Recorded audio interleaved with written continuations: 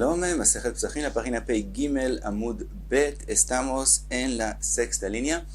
Ahora pasamos a los tendones que está escrito en la Mishnah, que los tendones del Korban Pesach se queman el día 16 de Nisan. Dice la Gemara, Amarav Yehuda, Amarav, Kol Agidin, Basar. Todos los tendones son considerados como la carne misma del Korban, Chutz Migidei Tzavar, con la excepción los gidim que están en el cuello son muy duros y son considerados como una madera, que si no es algo comible, por lo tanto no se forma después de Pesach, después del tiempo de comer el Pesach, una prohibición de notar y no hay que quemarlo. Eso no es considerado comida.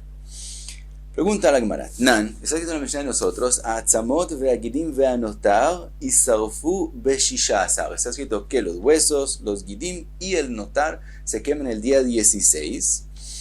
Y pregunta a la Gemara, Ani gidin eichidami, ¿en qué caso estamos hablando de los gidin que hay que quemar? Ahora, como la Mishnah los menciona los tres juntos, así como el notar es obvio que se va a quemar, entonces quiere decir que también la parte de los huesos y de los gidin, de los tendones, estamos hablando que es obvio de antemano que se van a quemar. Los huesos ya lo explicamos en la página anterior. Ahora, con respecto a los tendones, ¿en qué caso estamos hablando que se sabe de antemano que va a haber que quemarlo? Y leimagidei basar, si estamos hablando del resto de los tendones que son como la carne del korban, nichlineu, entonces se pueden comer. Veide itoitar, y si se quedaron para después del tiempo que se pueden comer, hainu notar, entonces eso ya está mencionado en lo que se dice en la Mishnah notar. Entonces, ¿de qué gidim estamos hablando de la Mishnah? El apshita gidei tzavar. Entonces es obvio que estamos hablando de los gidim del cuello que no son muy comibles. Y de ellos estamos diciendo que hay que quemarlos. Entonces, y amarta bishlema basar nineu, si decimos que ellos son considerados como la carne del korban, amtulahi baisrefa, entonces entendemos que por un lado sabemos que nadie se los va a comer, por otro lado, como si son considerados como la carne, hay que quemarlo. Ela y amarta la basar nineu, lama la usrefa. Pero si decimos como Rav que eso no es considerado basar, no es considerado parte de la carne del korban, entonces, ¿por qué hay que quemarlos? No se van a comer y no se forma notar en ellos y no hay que quemarlos. Dice la Gemara, Amar Abchizda lo nitzrecha ela legid anashe ve'aliba de Rabbi Yehuda. Dice la Gemara, no.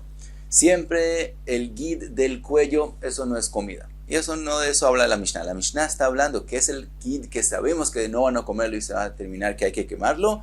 Es el gid anashe que es prohibido de comerlo. Y según Rabbi Yehuda de Tania, que dice Rabbi Yehuda, Rabbi Yehuda Omer, Eino noeg ela be'achat. Rabbi Yehuda opina que el gid anashe que es prohibido es solo uno de los dos pies y no de los dos. Ve'adat machrat shel yemin. Y dice Rabbi Yehuda, y aparentemente el que es prohibido de la Torah es el derecho.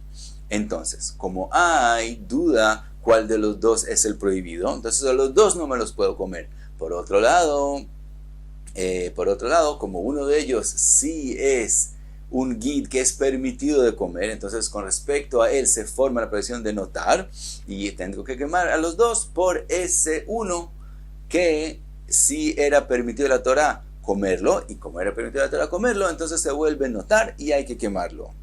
Ahora dice la Gemara, velo tifshot desfukei mesabkelei le Rabbi Yehuda. Según lo que acabamos de decir, quiere decir que es obvio que para Rabbi Yehuda es duda cuál de los dos es el que es prohibido.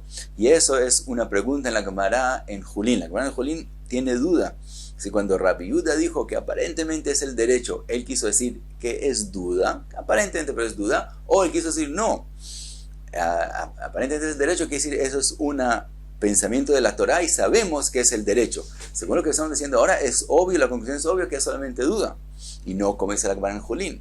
De i mifshat pshita lei, si él sabe cuál es el prohibido y cuál es el permitido, ahí de iteira nichlei, aquel que es permitido que se lo coman, porque se queda para quemarlo.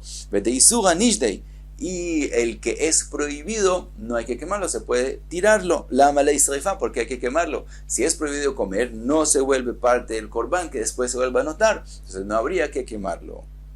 Dice la Gemara, Amar Ravi Ika bar Hinana, siempre podemos explicar también si sabemos cuál es el permitido y cuál es el prohibido la Mishnah, que gon sheukru ulevasof nitarvu. Estamos hablando en el caso que al principio sabíamos cuál es el permitido y cuál es el prohibido y se mezclaron y ahora ya no sé cuál es el que puedo comer y cuál es el que no puedo comer.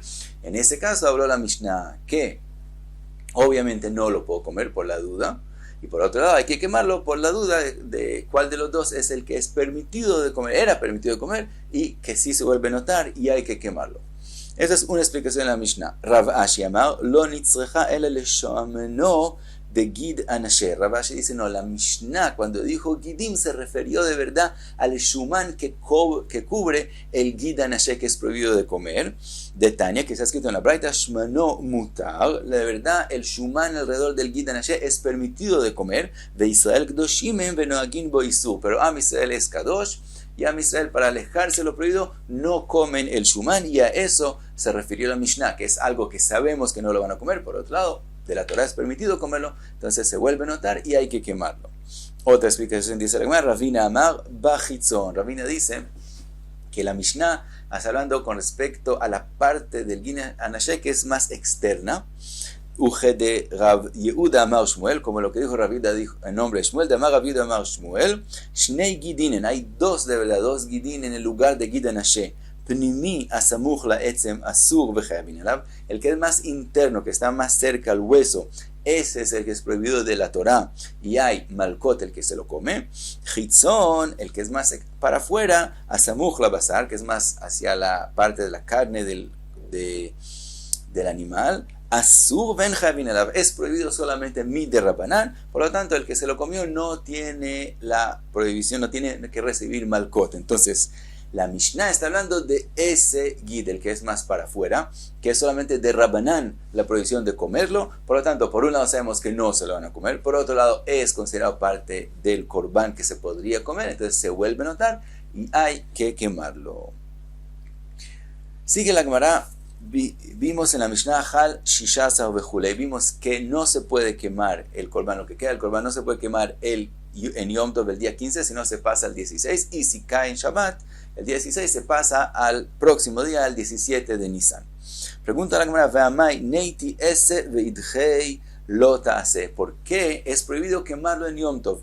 Es una mitzvah ase, quemar estas partes del Corbán, y el quemar en Yom Tov, hacer una fogata en Yom Tov, es una prohibición, es una labor prohibida por un lav. En Yom Tov es solamente lav. Y la regla es que ese doje lotase, cuando se chocan un S con un lotase, hay que cumplir el S. Entonces, ¿por qué no se puede quemar estas partes del Corbán? Que es mitzvah quemarlas en Yom Tov. Dice la Gemara, Mar Chizkia v'chentani de Bei Chizkia, Marca, dice el pasuk, lo totiru menu ad boker, no dejar de él hasta la mañana, ve'anotar menu ad boker ba'esh tisroifu.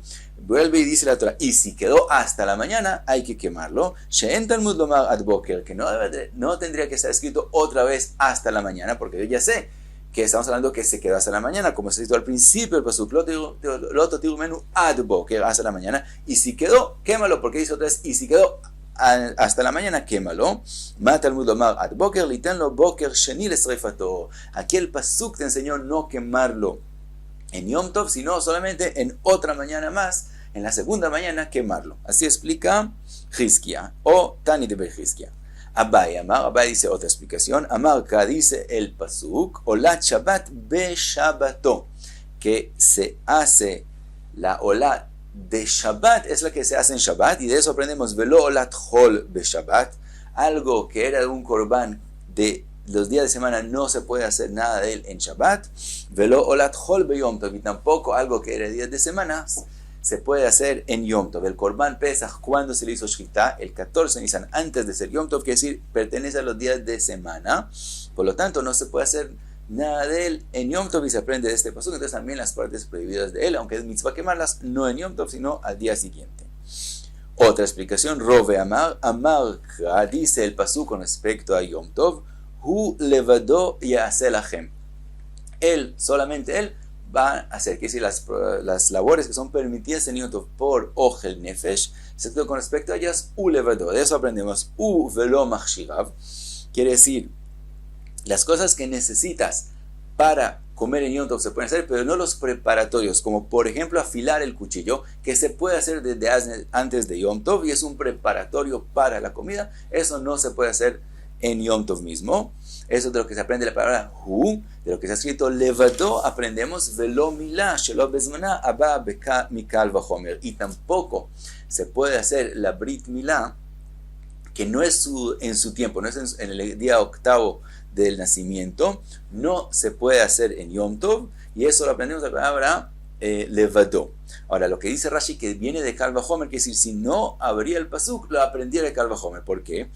Aunque la persona tenga tzarat, el bebé tenga tzarat, de todos modos se le hace el brit milá. Quisiera brit milá, doha tzarat, y tzarat, doha avodah. Avodah, trabajo en Beit HaMikdash, el Cohen que tiene tzarat no puede trabajar en Beit HaMikdash. Por otro lado, el avodah se hace, se puede hacer el trabajo en Beit HaMikdash, se puede hacer también en Yom Tov, también en Shabbat. Entonces, según toda esa secuencia, resultaría que la Brit Milá es la más fuerte. Ella rechaza la tzarat, que rechaza el trabajo, que rechaza el Yom Tov. Entonces, si no sería por el pasuk, yo pensaría que la Brit Milá se puede hacer en Yom Tov, aunque no es en el octavo día, porque por el Kal Vachomer. Viene el pasuk que te dice, no puedes hacer la Brit Milá. Ahora, ¿cómo vimos que no se puede hacer la Brit Milá? ¿Qué aprendemos de eso? ¿Por qué no se puede hacer la Brit Milá en Yom Tov? Porque se puede posponer al próximo día. Lo mismo, quemar los Kodashim.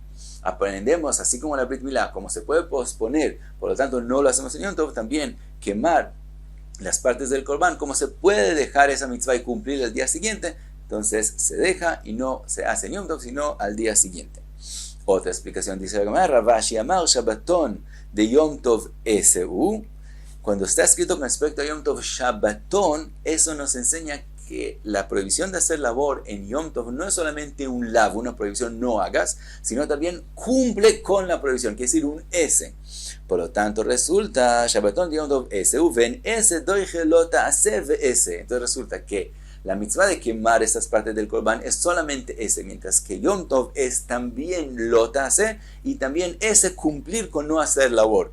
Y la regla es que ese, cuando se choca con un lotase, hay que cumplir el ese, pero cuando se choca con un lotase y ese, entonces sheve altase, no se hace nada, por lo tanto no se quema en Yom Tov, que es también lotase y también hace. Y hasta aquí Pei Gimel Amud Bet.